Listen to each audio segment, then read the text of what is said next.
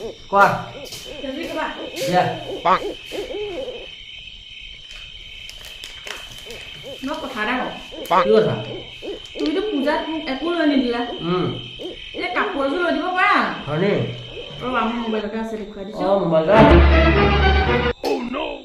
এইযোৰ দেখিছানে এইযোৰ লৈ দিবাচোন চোৱা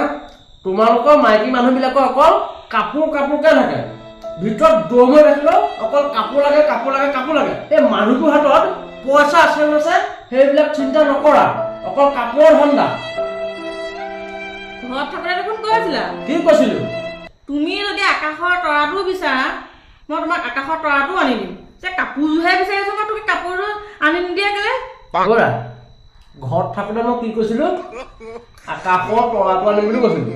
হয় নহয় মইতো কাপোৰ আনিম বুলি কোৱা নাই মই আকাশৰ তৰাটো আনিম বুলিহে কৈছিলো